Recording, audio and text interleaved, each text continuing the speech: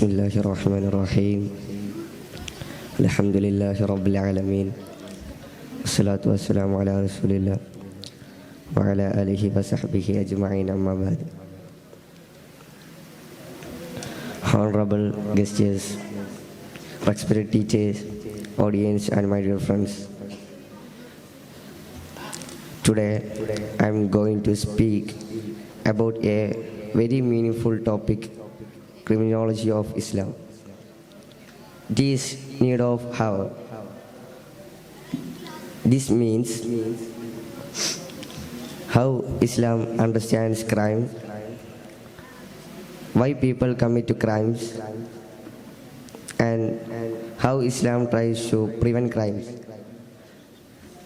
Islam looks at crimes not only as a mistake done by one person, but as something that can damage the peace and harmony of the whole society.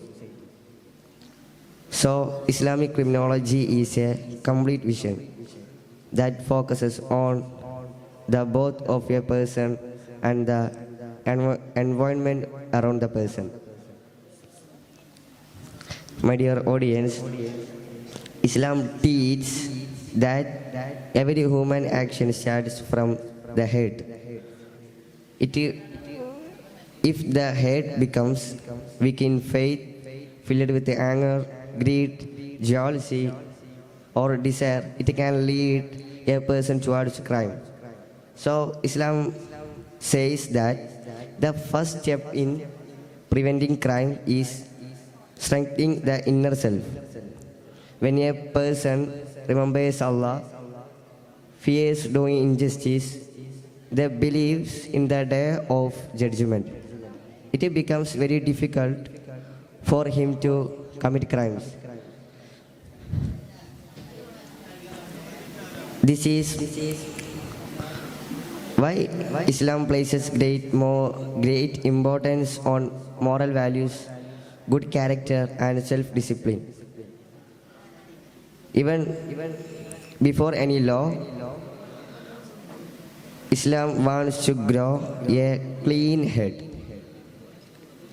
At the same time, Islam also understands that crime doesn't happen only because of a personal weakness. Sometimes the crimes happen because the society around a person is unhealthy. Poverty, inequality, intoxication, corruption, and unfair treatment can push person towards crime. So Islam tries to build a clean and balanced society where people feel safe, respected, and treated with justice.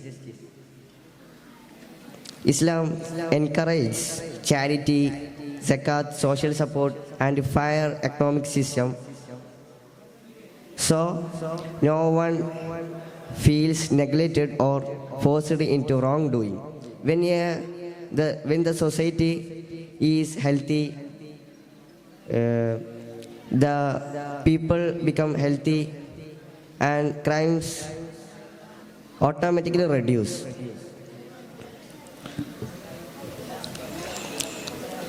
But Islam also knows that even in a good society, some people may still commit crimes. For that reason, Islam has a legal system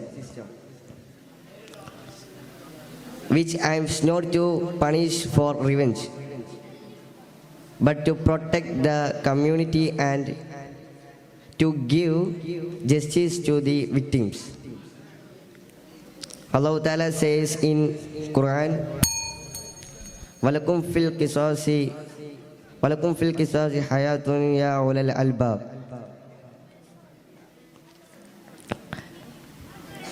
And for you, in legal retribution, there is life, O people of understanding.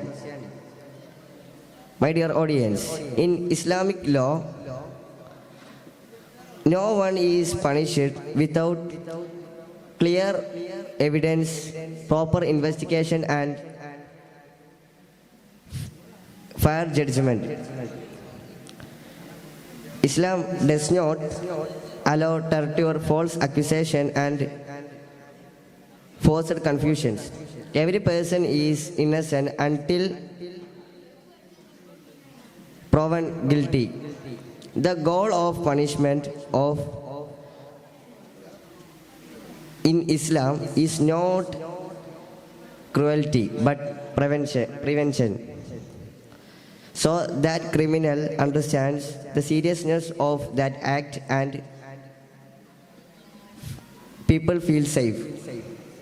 The Prophet ﷺ taught, avoid suspicion. The another one, the burden of proof is on the accuser. My dear audience, Islam is not included in equality in Islam because the Prophet ﷺ says, "Law anna Fatimata sarqat liqati'ati yadiha." If Fatima were to steal, I would have cut off her hand. It highlights equality of Islam. I conclude my words with a hearty thanks. If you have any question. Explain the meaning of criminology of Islam. Discuss how Islamic criminal laws aims to maintain social order, protect human life, and ensure justice, while balancing punishment with mercy. Islamic criminal law emphasizes justice, fairness, and protection of human life and property. Punishments are meant to maintain social order and deter crimes, not for revenge.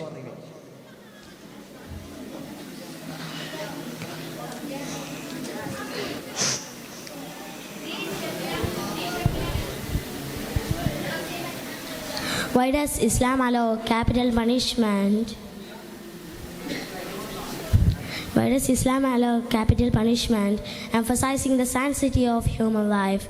And how does Islamic law balance justice, deterrence, mercy, and protection of society, permitting such a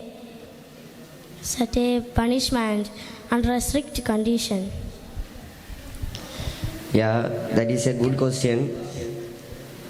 Islam allows capital punishment to protect life, uphold justice, and prevent serious crime like intentional murder. It balances justice and mercy by allowing the victim's family to forgive or accept compassion. Strict conditions, clear evidence, and judicial authority ensure fairness. The capital punishment is a last resort, not for revenge. I conclude my speech with a hearty thanks.